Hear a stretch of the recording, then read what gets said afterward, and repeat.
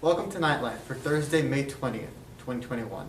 I am Maxwell Scaglione with School News and Announcements for Jose Marti MAST 612 Academy. Did you know that May is Asian Pacific American Heritage Month? As part of our efforts to celebrate the achievements and contributions Asian Americans and Pacific Islanders have made to U.S. history, society, and culture. Today, Joshua tells us about Dwayne "The Rock" Johnson. Dwayne Johnson is an Asian Pacific American of Polynesian ancestry who was one of the greatest wrestlers of all time and managed to star in multiple movies. He grew up in New Zealand and went to high school in Honolulu, Hawaii, and has changed to multiple schools in different countries. He was a troublemaker in his early life. When he was 18, he went to the college at the University of Miami and led them to a 1992 Orange Bowl championship. He then joined the Canadian Football League but was unsuccessful. Later, he became a professional wrestler and won many championships. He also has an acting career where he starred in many movies. He was also very influential. In 2006, he founded the Dwayne Johnson Rock Foundation to help children who are ill or terminally ill due to him being a philanthropist.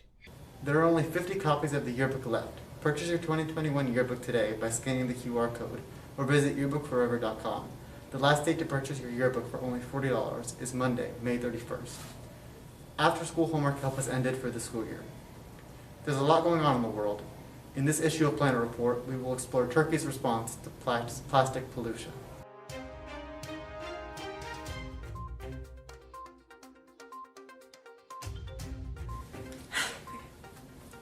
I'm Erica Prentice with Planet Report. The Associated Press is reporting that Turkey has imposed an important ban on ethylene polymer plastic waste as environmental groups sound the alarm on the world's plastic consumption and lack of effective recycling. In an amendment published in Turkey's official gazette on Tuesday, the Trade Ministry added ethylene polymer plastic to its list of waste materials that are illegal to import. The ban will take effect in 45 days. The environmental group Greenpeace Mediterranean welcomed the news, calling it a very important step towards the goal of zero waste importation. As set out by Turkey's Ministry of Environment and Urbanization, the group says 74% of the plastic waste will be imported by Turkey last year will now be on the banned list. In a visual investigation published this week, Greenpeace said plastic waste like shopping bags and packaging from the UK and Germany were being dumped and burned in southern Turkey. The Turkish Plastic Industrialist Association criticized the ban, saying the ministry had not consulted with industry representatives.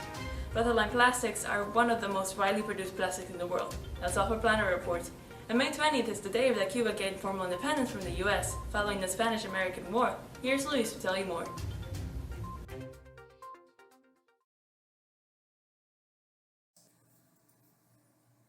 On May 20th, the Cuban community in the United States celebrates Cuban Independence Day. On this day, in 1902, Cuba officially won its independence from the US and became an independent free country. The independence movement started and is recognized in Cuba as October 10, 1868, when Carlos Manuel de Céspedes, a wealthy sugar plantation owner, and his followers proclaimed independence against Spain's harsh rule. This action stirred up the 10 Years' War, which ended in defeat for Cuba but set about a movement to make it an independent country. General Máximo Gómez, along with Lieutenant General Antonio Maceo Grajales, led several battles for the Cuban War of Independence between 1895 and 1898. Máximo Gómez was with Jose Marti on the fateful day in which he rode into battle against advice from Gómez and was fatally shot and killed on May 19, 1895, right at the beginning of the Cuban War of Independence.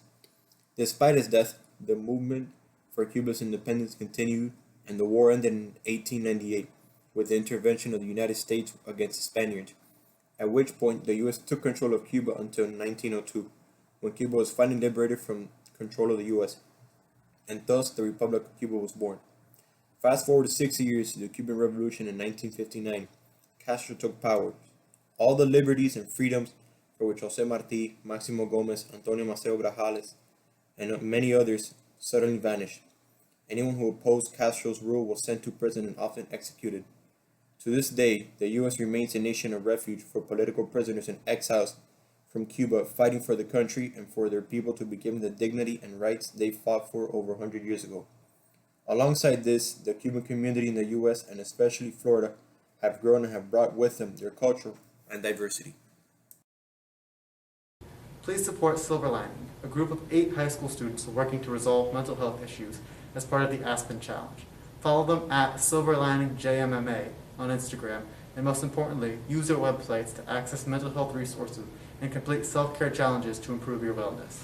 In the end, it's all about you, because you can be your own silver lining. If you participate, your name will be put into a drawing for monthly prizes. Before we go, let's check out the conditions outside. Here's your Knightline weather. I am Gabriel Lodi with your Knightline weather. It's 78 degrees with mostly cloudy skies and a 74% humidity as we begin the day. High temperatures will be in the low 80s today. The high is projected to be 82 with mostly cloudy skies and windy conditions. The overnight low is expected to be 75. Winds today will be coming from the east with gusts reaching 23 miles per hour. Now for your 3-day look ahead. Friday is expected to be partly cloudy with a high of 82 and an overnight low of 74. Conditions will be unchanged Saturday with a high of 83 and an overnight low of 74. Sunday is expected to continue the trend with a high of 83 and a low of 72. That's all for your Knightline weather. That's it for us today. We'll see you next time.